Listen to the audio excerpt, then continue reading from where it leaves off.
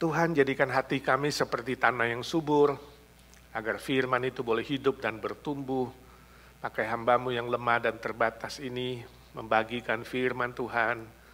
Dan kami rindu Tuhan makin hari, makin bertumbuh dalam iman, dalam rohani kami.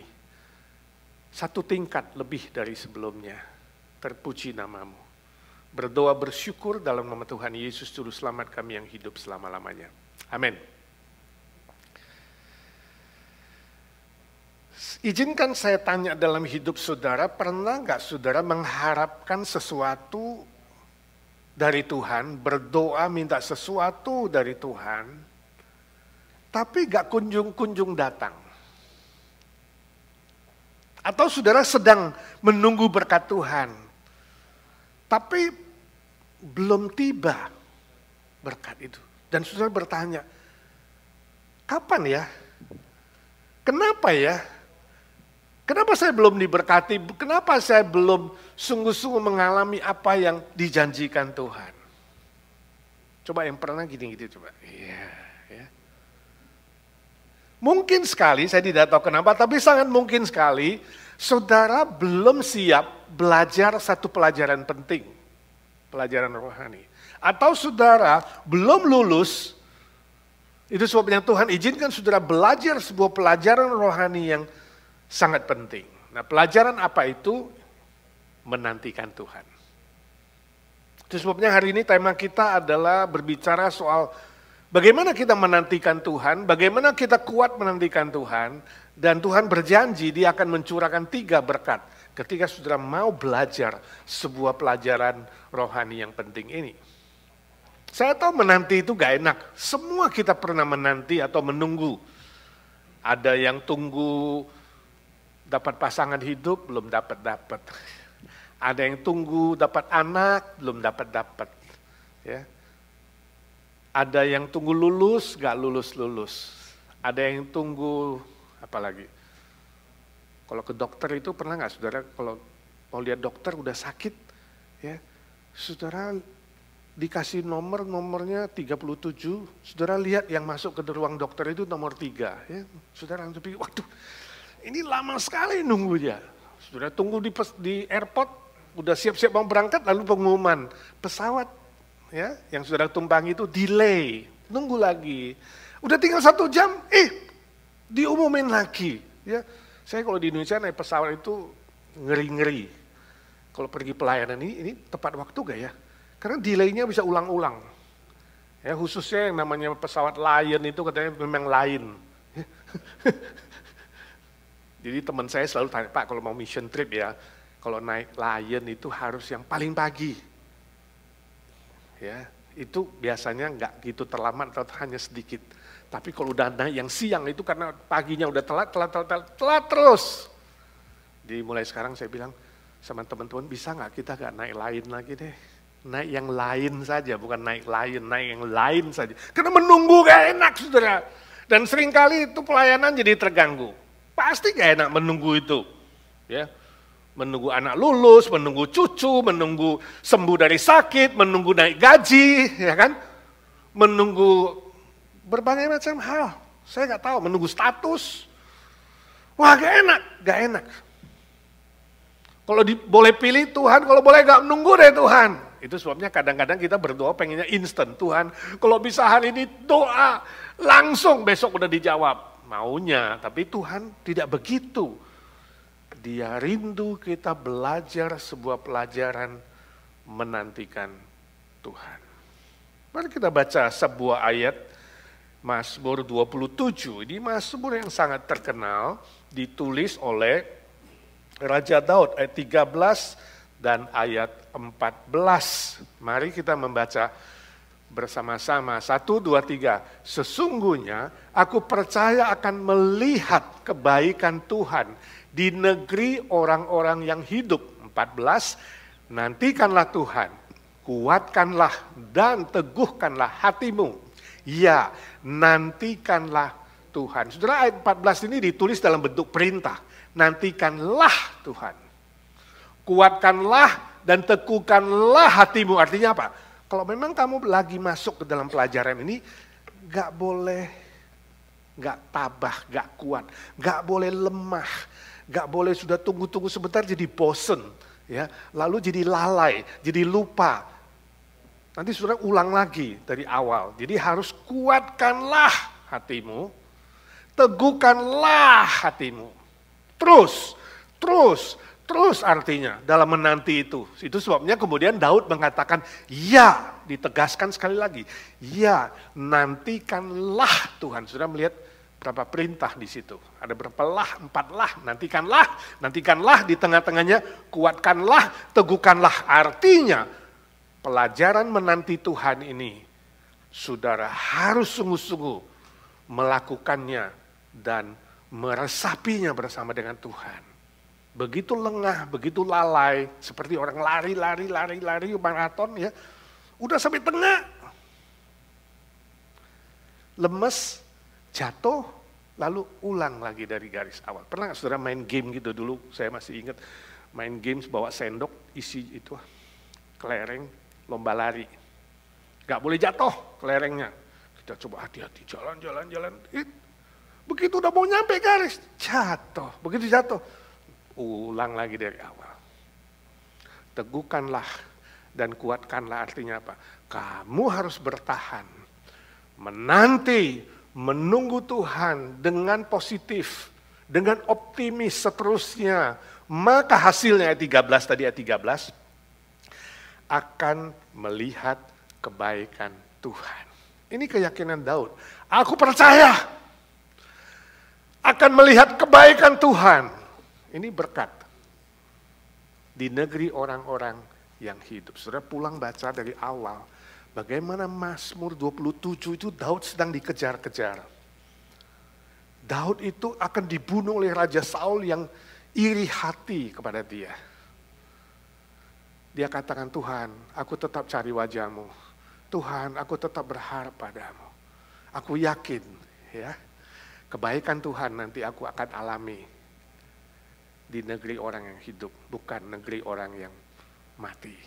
Jadi ayat 1-13 itu dia menyaksikan bagaimana dia belajar menantikan Tuhan, bukan pasif, bukan diam-diam, bukan berpangku tangan, bukan tidak buat apa-apa, tapi dalam menanti Tuhan itu mencari Tuhan, memuji Tuhan, percaya Tuhan, tetap beriman, setia. Itu loh menanti Tuhan. Menanti Tuhan adalah sebuah pekerjaan yang aktif dan terus-menerus maka hasilnya adalah melihat kebaikan Tuhan. Sehingga ayat 14 dia menghimbau kita, perintah, ini kuperintahkan kepadamu sebab aku sudah alami. Nantikanlah Tuhan. Ya, sekali lagi kukatakan, nantikanlah Tuhan. Nah, saudara bilang, Pak, apa itu kebaikan Tuhan itu, yang berkat Tuhan itu? Hari ini kita akan belajar. Daud mengalami 3 berkat Tuhan, dan kita pun yang menanti Tuhan akan mengalami 3 berkat Tuhan. Yang pertama, Tuhan akan menjawab doa sesuai dengan waktunya. Tuhan akan menjawab doamu sesuai dengan waktunya. Mazmur 37 ayat 34. Kita lihat ayat selanjutnya, baca bersama-sama 1, 2, 3.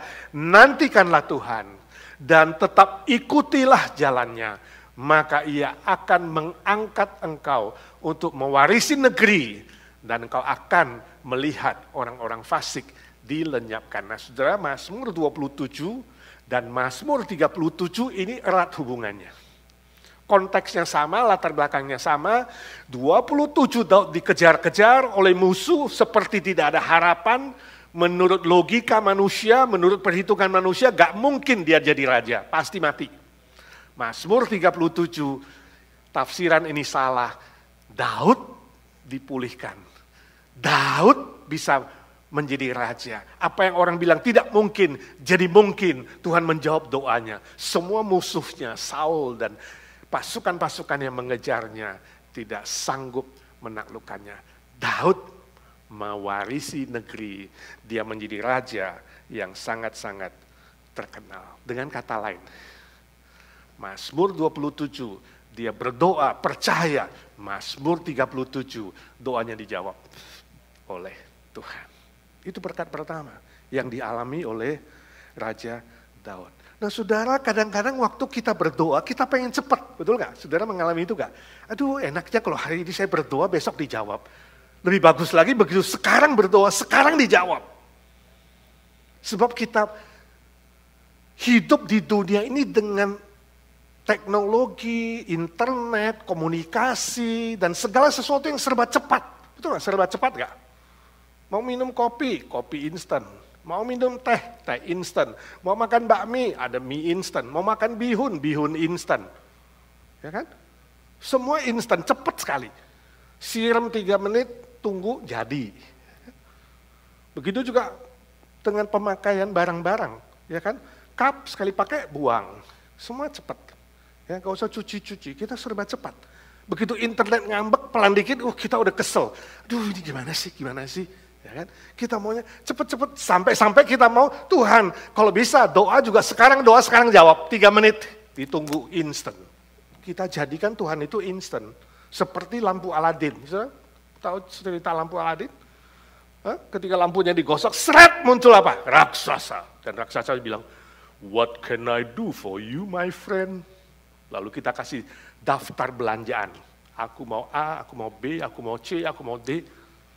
Dan kita mau segera dilaksanakan. Tapi ingat, Tuhan yang sejati bukan Tuhan seperti lampu Aladin, bukan. Tuhan punya hikmat, Tuhan punya rencana. Itu sebabnya dia katakan rencanamu bukan rencanaku, jalanmu bukan jalanku.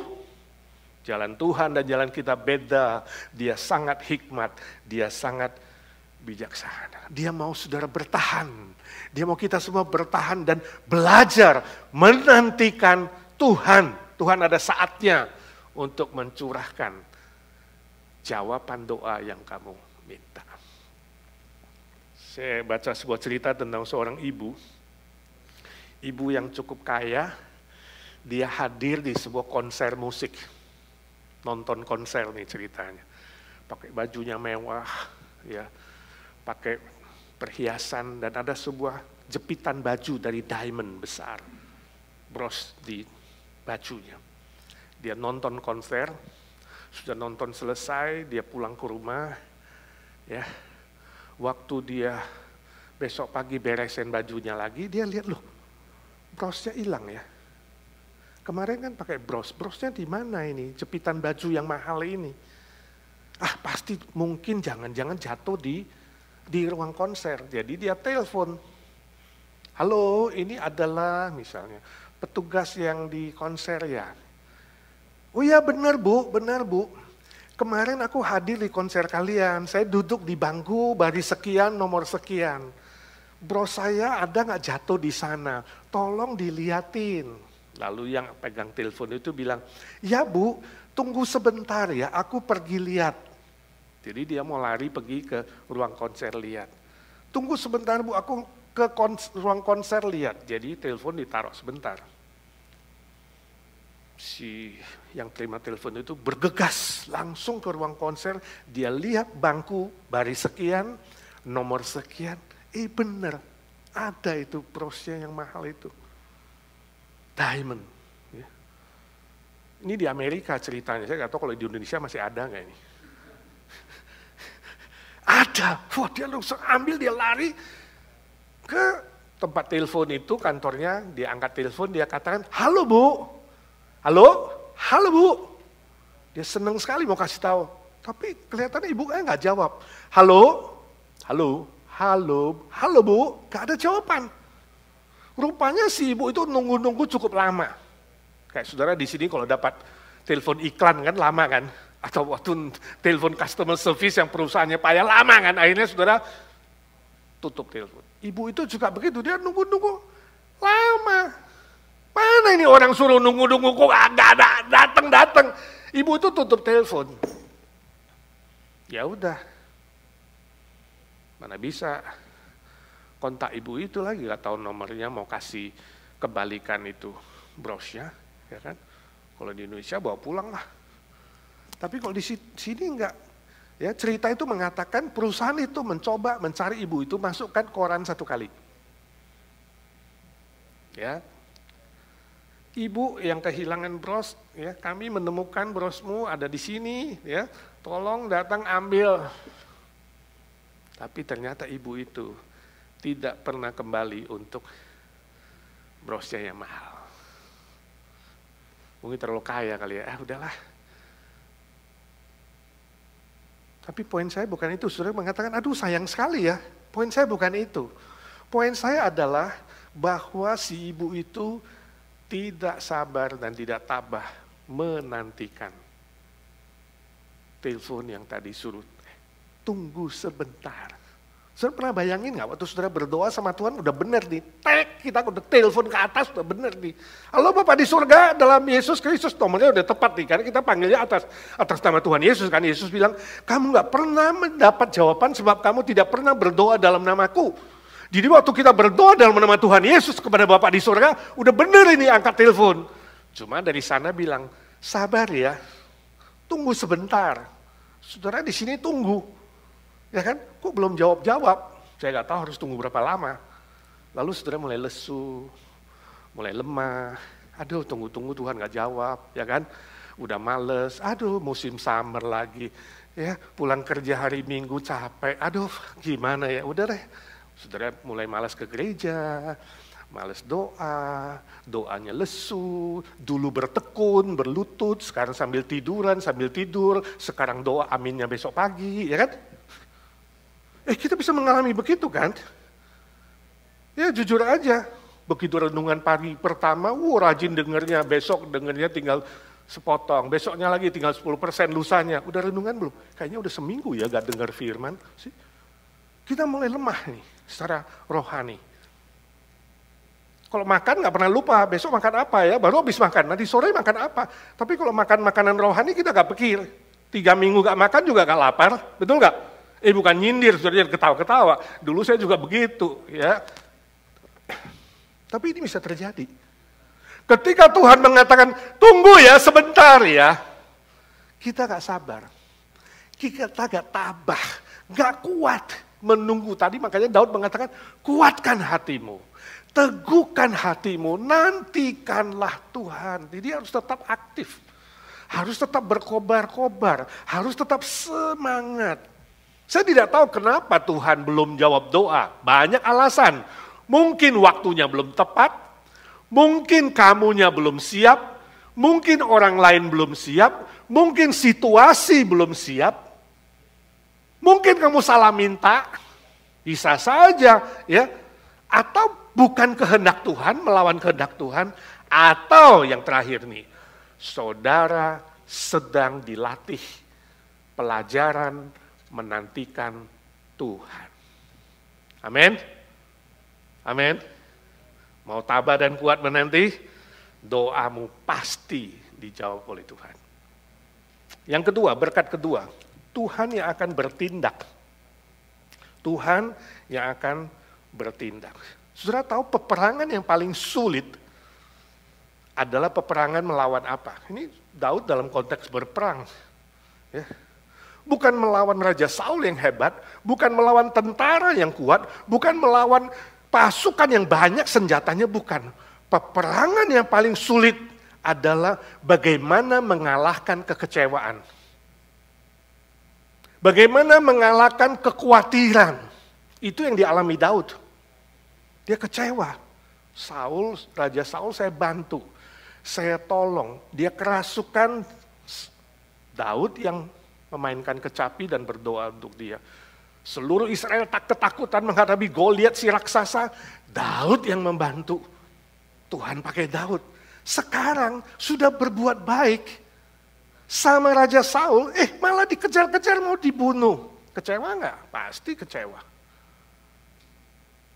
Ditambah lagi khawatir. Dikejar-kejar nggak punya apa-apa.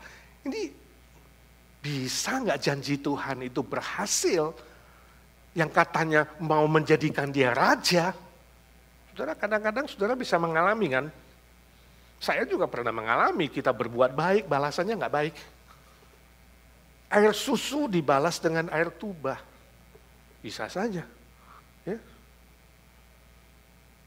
Ada bos yang kemudian jahat, Ya, ada yang mertua yang jahat, ada suami yang jahat, istri yang jahat, banyaklah di dunia ini. Kita menghadapi orang-orang yang berbuat jahat kepada kita, padahal tadinya kita berbuat baik. Itu bisa terjadi. Tapi Daud tidak marah. Tapi Daud tidak kecewa. Dia tidak putus asa. Dia bertahan menantikan Tuhan. Dia tidak rencana balas dendam. Bahkan Tuhan izinkan Daud sebenarnya untuk bisa membalas dendam. 2 kali Tuhan kasih kesempatan Daud dengan gampang membunuh Saul. Tapi dia tidak menyentuh raja yang diurapi Tuhan. Kadang-kadang Tuhan bisa izinkan kamu untuk apa? Tuhan bisa izinkan ujian, ya, menguji hatimu supaya kamu bisa balas dendam. Pernah nggak saudara orang waktu berbuat jahat kamu udah gemes nih, awas nanti ada kesempatan ya. Lu kempesin ban gua 1 ya, gua kempesin 4 ya. Mata ganti mata, gigi ganti gigi, sekarang 1 gigi ganti 2 mata dan 10 gigi. Kadang-kadang kita punya rasa begitu loh, karena daging ini loh. Ya kan? Saudara pernah bilang gini nggak, atau pernah dengar nggak? Saya orangnya sebenarnya cukup baik loh. Lumayan lah, lumayan baik. Caputo, kalau Chinese-nya bilang. Saya orangnya caputo. Ya, kalau kurang dari lumayan, cahento. Yang ini caputo. Saya orangnya lumayan baik loh. Kalau orang baik sama saya akan baik, lebih baik dari dia. Tapi ya jangan coba-coba sama saya. Kalau ada orang jahat sama saya bisa lebih jahat dari dia. Pernah nggak dengar orang ngomong gini? Halo, pernah nggak? Bahkan kamu pernah ngomong ya? Nah ini duniawi, ini orang dunia ini. Awas lu ya. Lu jahat sama gue balas 10 kali lipat. Ini duniawi, orang Kristen nggak boleh begitu. Itu sebabnya ketika dia sedang bergumul Daud itu, Tuhan kasih 2 kali kesempatan. Daud gampang sekali bunuh Saul, gampang sekali. Tapi dia menang, dia tidak melakukan kejahatan. Saudara melihat dalam menantikan Tuhan, jangan sampai saudara berbuat yang jahat. Jangan sampai saudara berbuat sesuatu yang melawan firman Tuhan. Walaupun nampaknya kamu betul. Habis dia jahat duluan Tuhan. Kan biasa begitu kan. Habis dia mukul dulu. Makanya dia pukul sekali saya gebuk aja sampai dia hancur. Ini duniawi. Kita nggak melakukan itu saudara. Ya. Coba lihat ayat selanjutnya. Mazmur 37. Ayat 5-7 dia ngomong apa. Serahkanlah hidupmu kepada Tuhan. Dan percayalah kepadanya. Dan dia akan bertindak. Jadi siapa yang bertindak waktu kamu menunggu Tuhan? Tuhan yang bertindak. Ia akan memunculkan kebenaranmu seperti terang dan hakmu seperti siang. Gak usah Daud yang berperang. Tuhan yang berperang bagi dia. Tuhan yang memunculkan haknya. Ya. Lalu dia bilang apa? Berdiam dirilah di hadapan Tuhan. Gak usah ngotot. Ya. Dan nantikanlah dia. Tetap teguh, tetap kuat, tetap beriman. Jangan marah. Karena orang yang berhasil dalam hidupnya. Karena orang yang melakukan tipu daya. Gak usah marah. Gak usah iri hati. Tenang saja. Nantikanlah Tuhan. Sebab siapa yang bertindak? Tuhan yang bertindak. Ini loh saudara rahasianya. Tuhan akan bertindak untukmu. Jangan melakukan yang melawan firman Tuhan. Saya baca cerita suatu hari ada seorang petani di Cina. Ya, dia tanam padi itu loh, saudara, sama kacang. Ya. Sebar bibit, begitu udah sebar di ladangnya dia tunggu 3 hari, kok nggak muncul-muncul? 4 hari muncul dikit. Ya, hari kelima muncul, mungkin 2 inci kali. Lalu dia pikir, ini nggak seharusnya gini lambat nih. Terlalu lambat ini ya, bibit ini tumbuh ini, kacangku dan padiku. Gini deh, pagi ini aku bertekad bantu mereka bertumbuh lebih cepat. Jadi hari itu dia keluar pagi, dia angkat cabut itu, kacang dan padinya 1 inci lebih tinggi dari aslinya.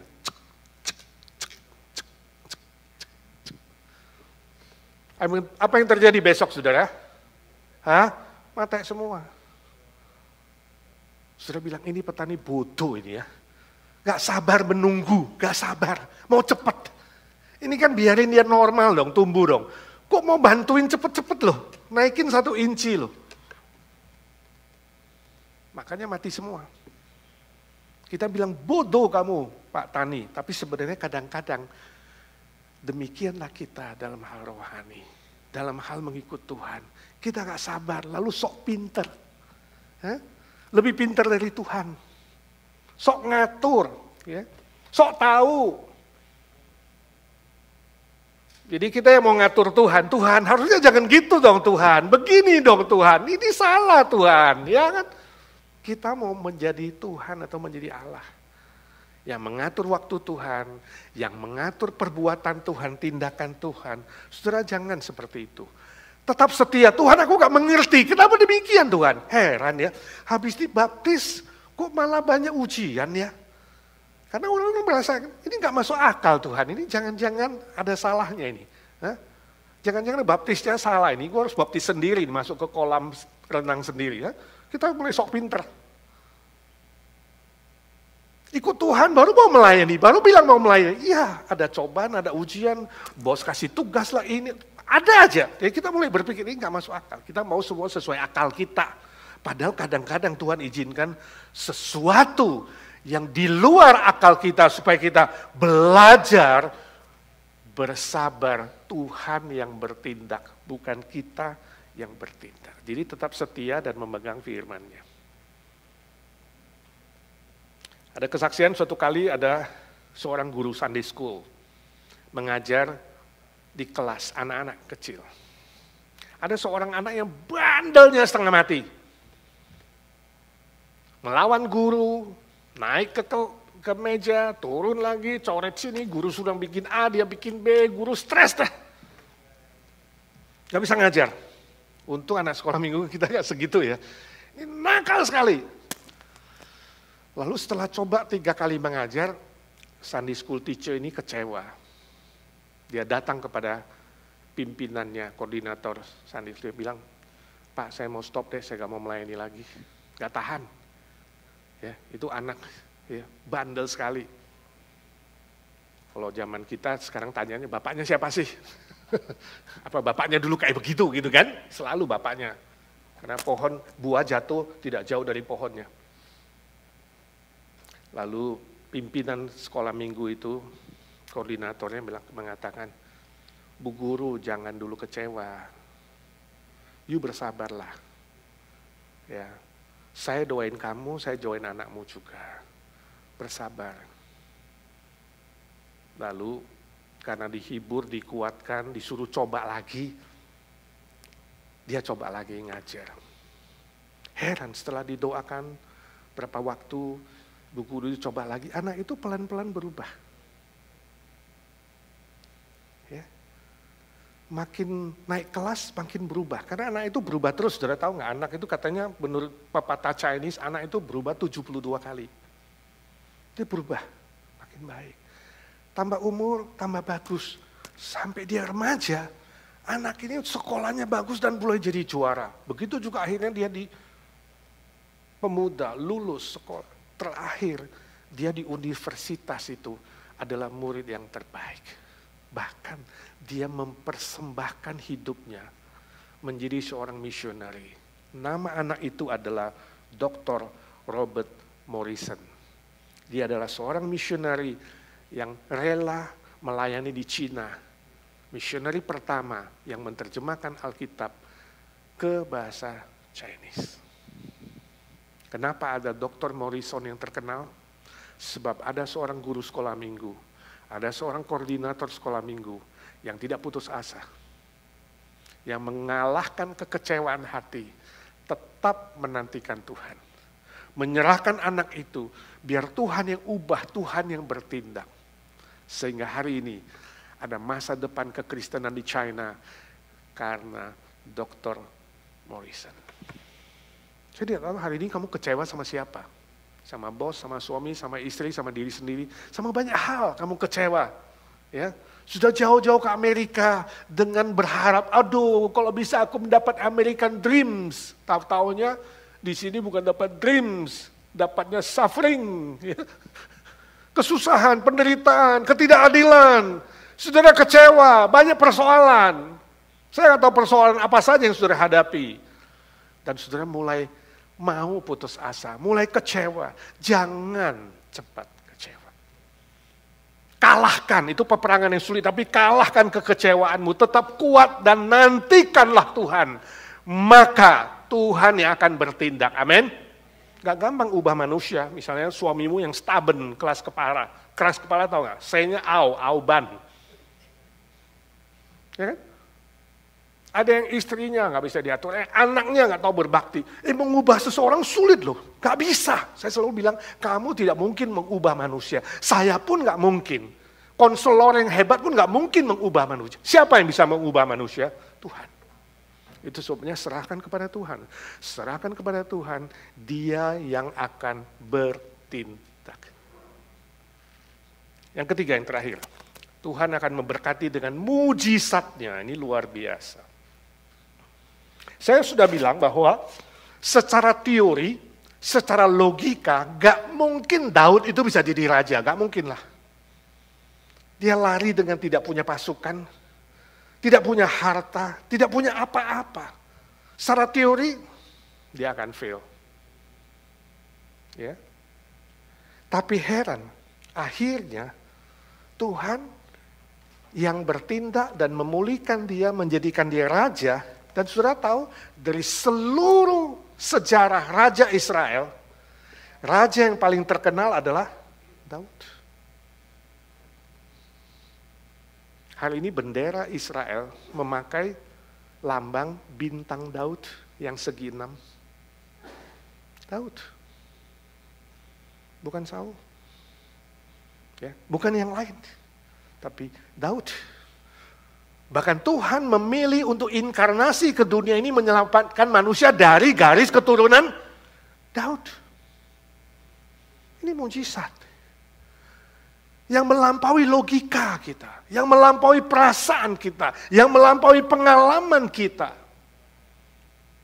Nah tadi saya bilang Mazmur 27 dan 37 erat.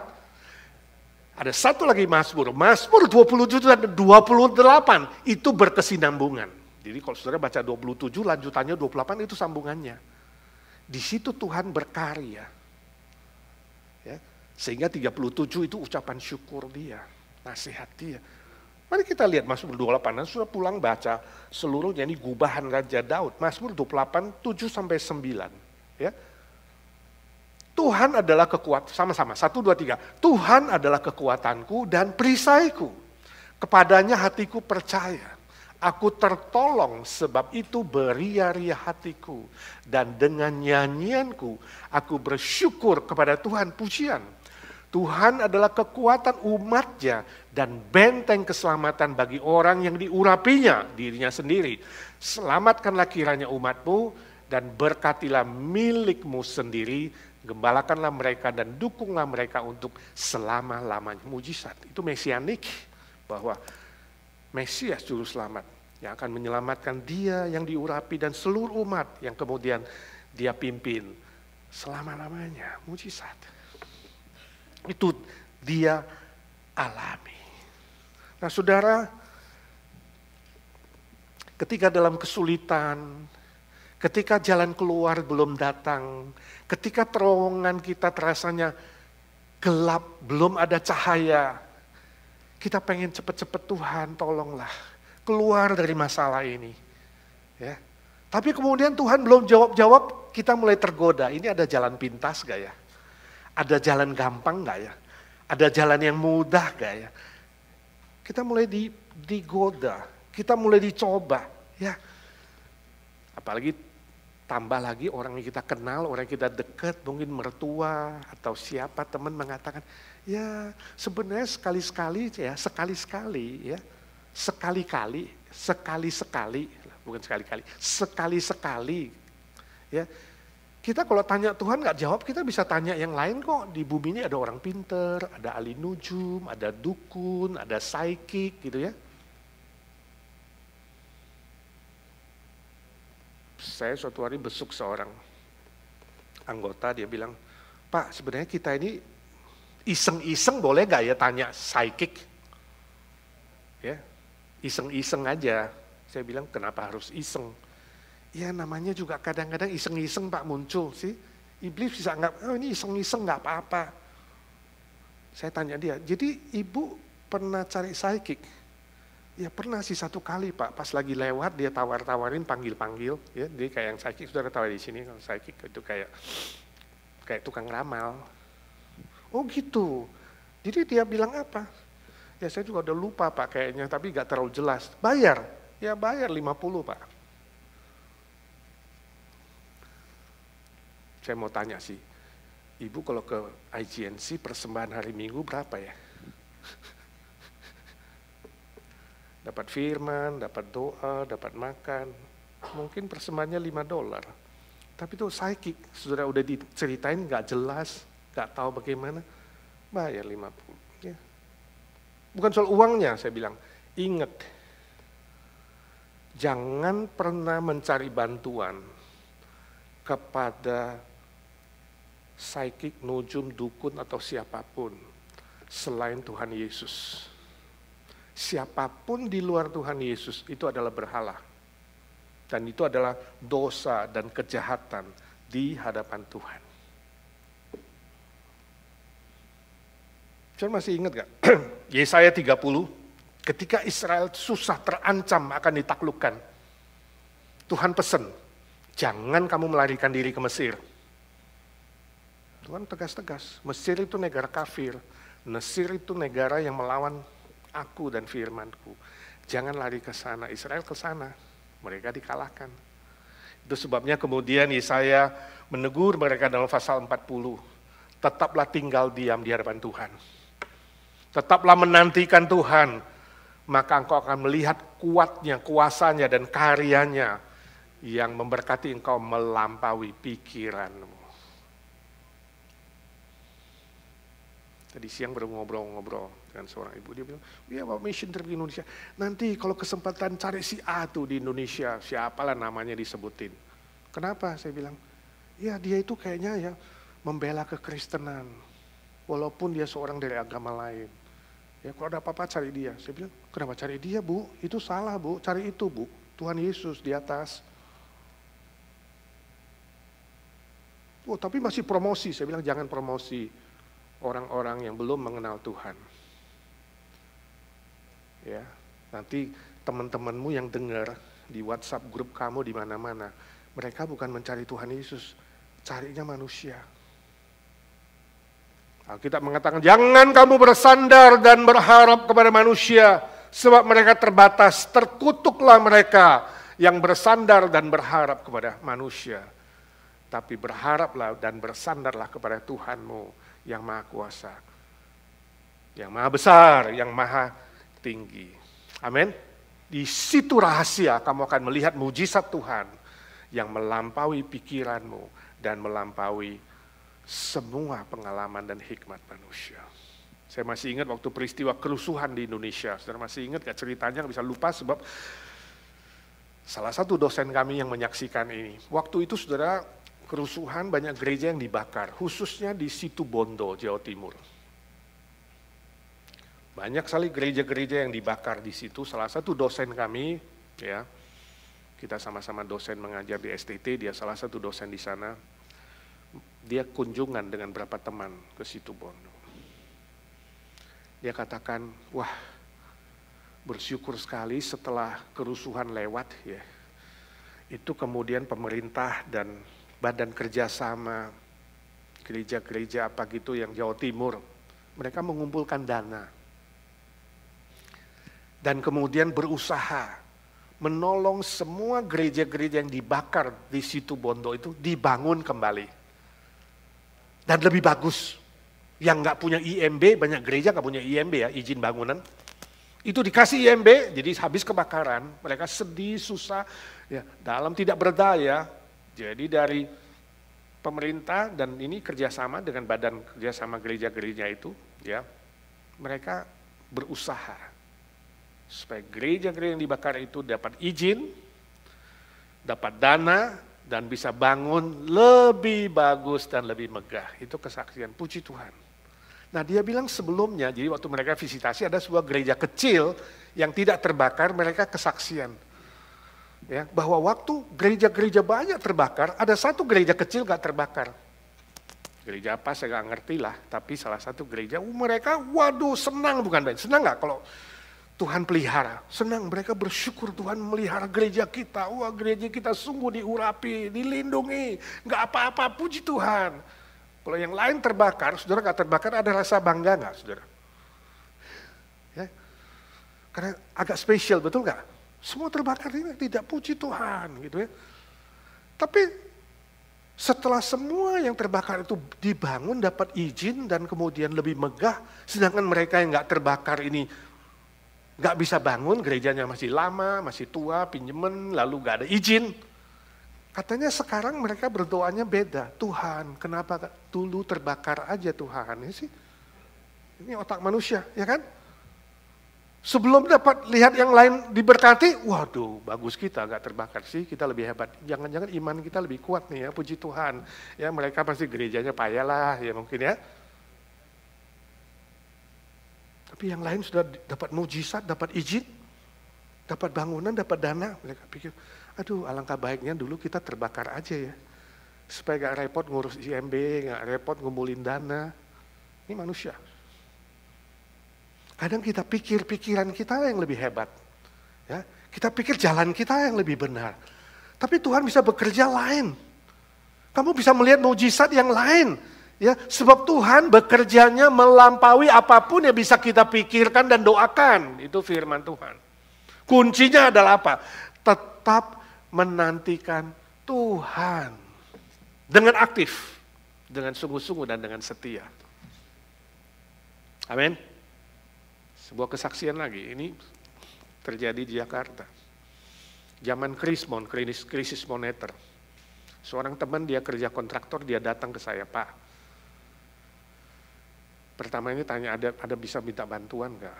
Saya punya karyawan tukang-tukang nih, dia kontraktor. Bangun banyak rumah. Ya, krisis moneter. Developer nggak bayar-bayar di atasnya. Nggak punya duit, tukang di lapangan, nggak tahu berapa ribu orang, harus dibayar setiap 2 minggu atau setiap minggu. Gajian, harus gajian. Duit nggak ada.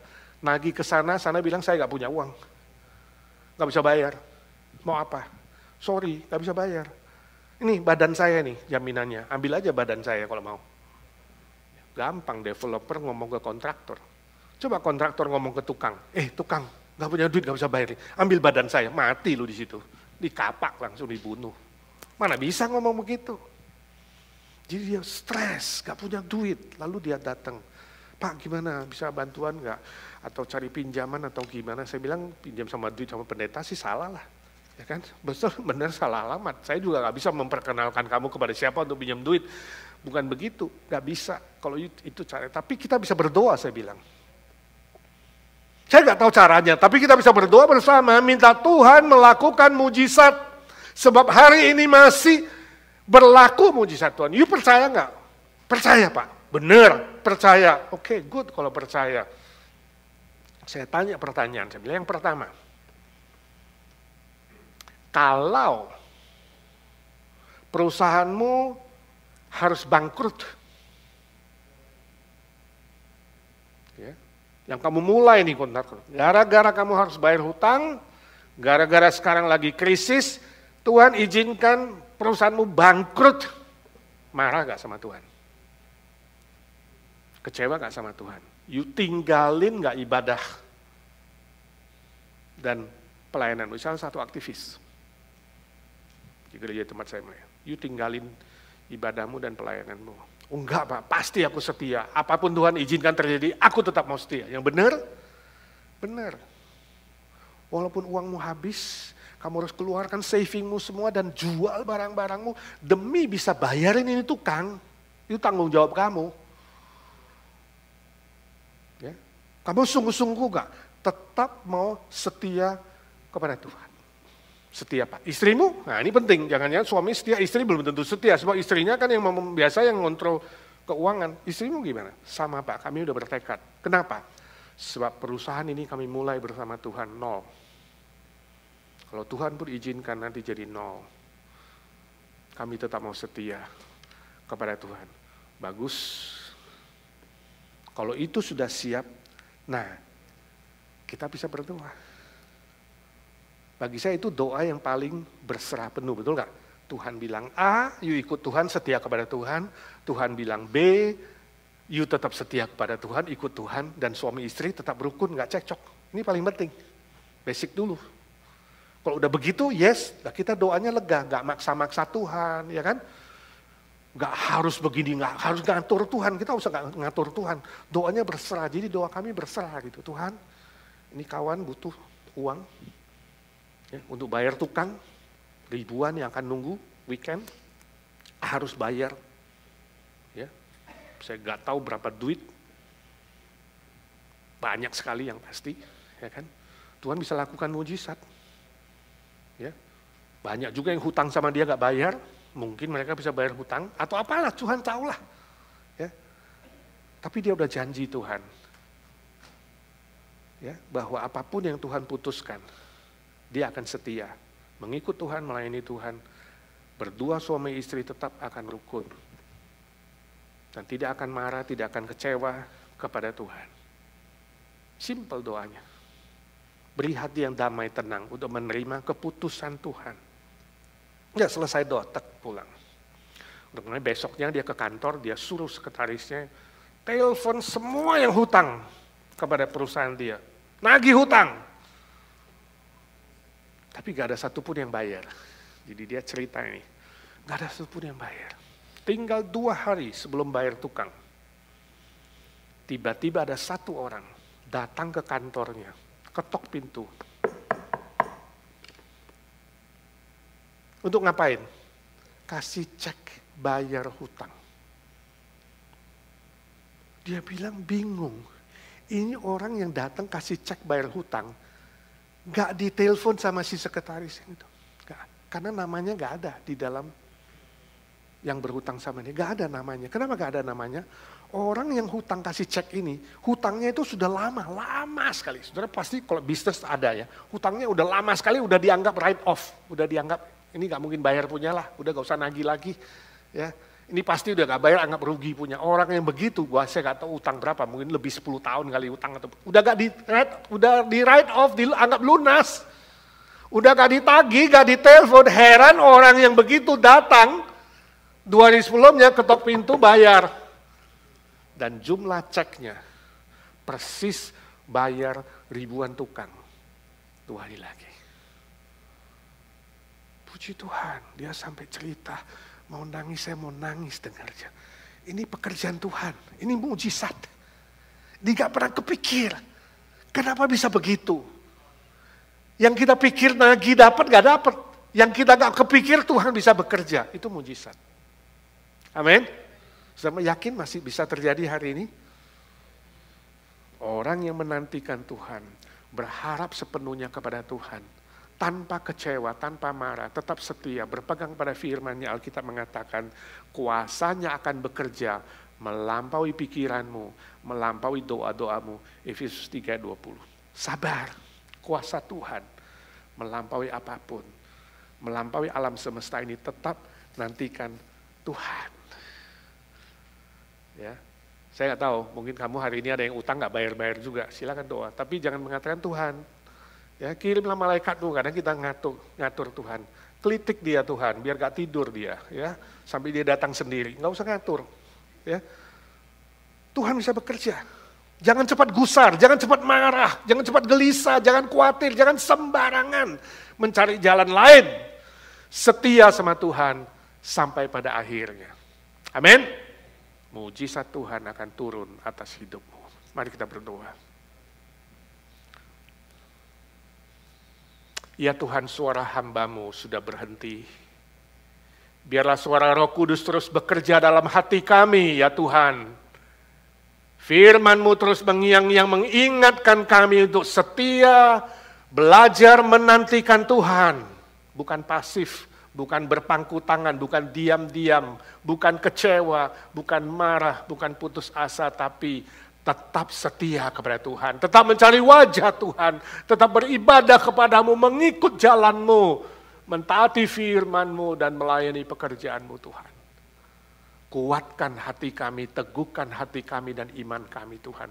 Sebab kami tahu Engkau yang berotoritas sesuai dengan waktu-Mu, sesuai dengan cara-Mu, sesuai dengan hikmat-Mu yang melampaui semua hikmat manusia.